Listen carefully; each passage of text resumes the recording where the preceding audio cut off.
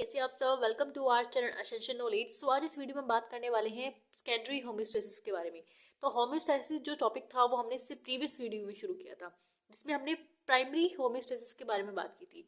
ठीक है, सो आज इस वीडियो में हम शुरू करने वाले हैं सेकेंडरी होम्योस्टेसिस। ये होम्योस्टेसिस का ही पार्ट है।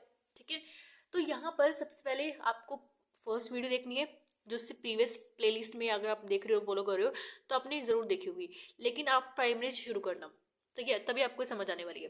ठीक है, देखो यहाँ पर जो सेकेंडरी होम्योस्टेसिस है उसको टू पार्ट्स में डिवाइड किया है।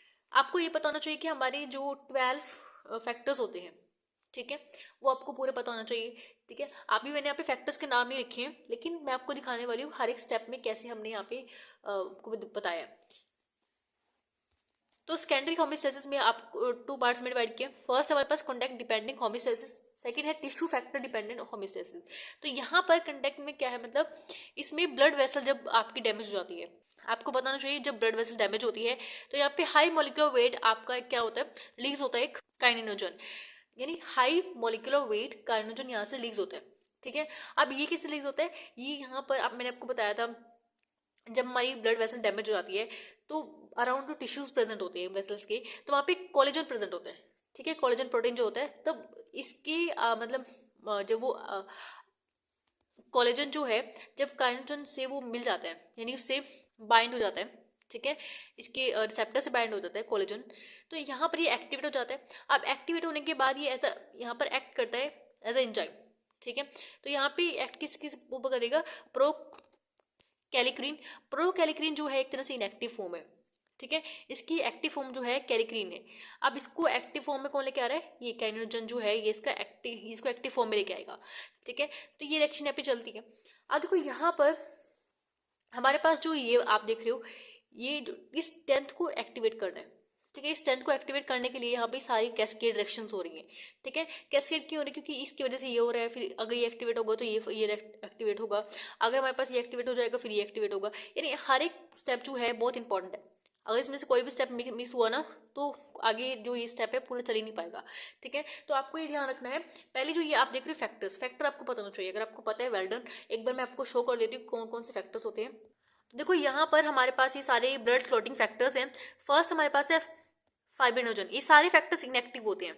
ठीक है, एक्टिव होने के लिए इनको पूरे मतलब दोबारा इन फैक्टर्स की आपस में जो फैक्टर होते हैं ना, एक दूसरे की हेल्प करके एक दूसरे को कन्वर्ट करते रहते हैं। ठीक है, तो पहले आप फैक्टर्स देख लो।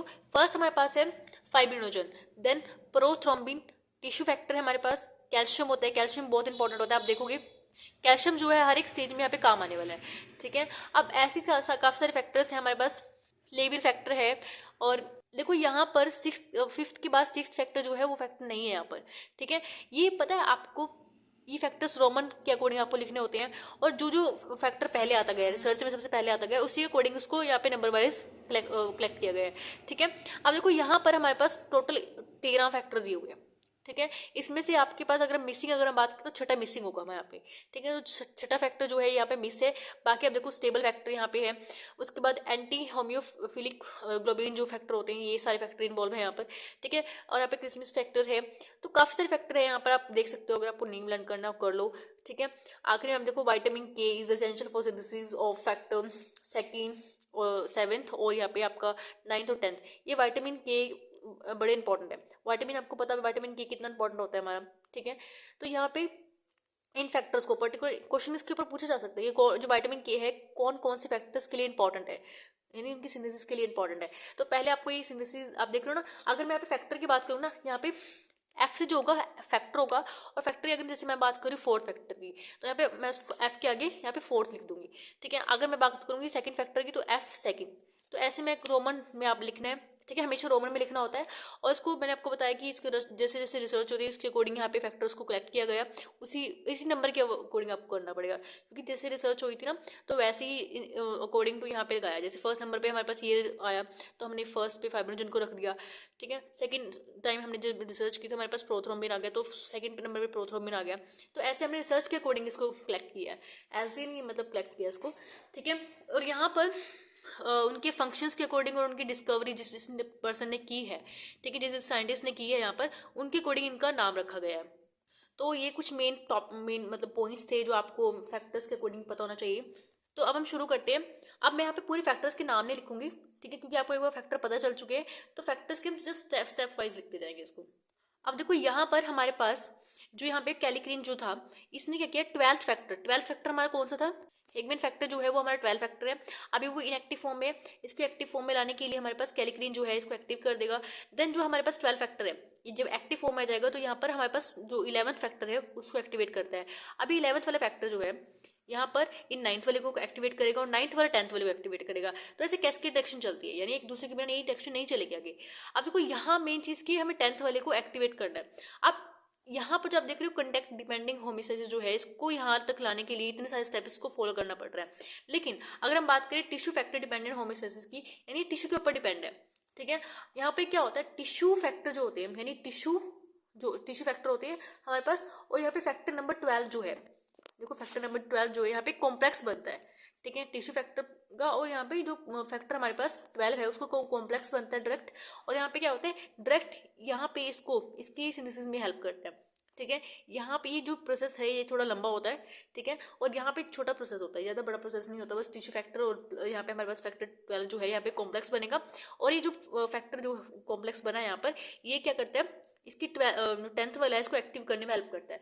यहाँ पे ये भी हेल्प कर रहा है 9th वाला, और ये भी हेल्प कर रहा है, दोनों ही हेल्प कर रहे हैं इसको फैक्टर एक्टिवेट होने के लिए। तो 10th फैक्टर यहाँ पे एक्टिवेट होगा। अब फर्दर 10th फैक्टर एक्टिवेट जब होता है, यहाँ पर हमारे पास प्रोथ्रोम्बिन जो है, प्रोथ्रोम्बिन हमारा कौन सा फैक्टर है, सेकंड फैक्टर है ना हमारा ये। अब इस फैक्टर को थ्रोम्बिन में कन्वर्ट होने के लिए हमारे पास कैल्शियम चाहिए होता है, ठीक है। और यहाँ पर हमारे पास जो 5th वाला फैक्टर होता है एक्टिवेट फॉर्म में, ठीक है, एक्टिवेट फॉर्म में, और हमारे पास यहाँ पे कुछ फॉस्फोलिपिड्स होते हैं जो उसको हेल्प करते हैं इसमें कन्वर्ट होने के लिए। अब ये थ्रोम्बिन जो है, थ्रोम्बिन फर्दर इसको एक्टिवेट करने के लिए एक्टिवेट किसको करेगा, फाइब्रिनोजन को। फाइब्रिनोजन कौन सा फैक्टर है हमारे पास, सबसे पहले वाला, ठीक है। फाइब्रिनोजन फाइब्रिन में कन्वर्ट होगा, लेकिन यहाँ पे क्या होता है, जो फाइब्रिन जब बनता है यहाँ पे, तो ये सोल्यूबल फॉर्म में होता है। अगर ये सोल्यूबल फॉर्म में होगा तो ये क्लॉट अच्छे से नहीं बना पाएगा, इसको क्लॉट बनाने के लिए इनसोल्यूबल होना पड़ेगा। यहाँ पर इनसोल्यूबल जो होगा, देखो यहाँ पे मैंने लिखा भी है, अगर आपको फाइब्रिन सोल्यूबल फॉर्म में बन रहा है, देखो यहाँ पे फाइब्रिन सोल्यूबल फॉर्म में बन रहा था ना, अब इसको इनसोल्यूबल बनाने के लिए कौन सा फैक्टर यहाँ पे इन्वॉल्व होगा, यहाँ पे फैक्टर 13 इन्वॉल्व होगा एक्टिव फॉर्म में, ठीक है। अब उसके बाद ये जब इनसोल्यूबल हो जाएगा, ऑब्वियसली बात है ब्लड में अच्छे से बहा नहीं पाएगा, ठीक है, ऐसे मतलब घूमेगा नहीं, तो यहाँ पे ब्लड क्लॉट हो जाएगा एंड में, ठीक है। अब देखो मैं एक चीज़ आपके मन में ज़रूर आया होगा कि हमने इस 5th वाले की, और यहाँ पर देखो, और हमारे पास यहाँ पर देखो एक कुछ फैक्टर्स थे जो जो यहाँ पे कहीं भी एक्टिवेट नहीं हुए, ठीक है।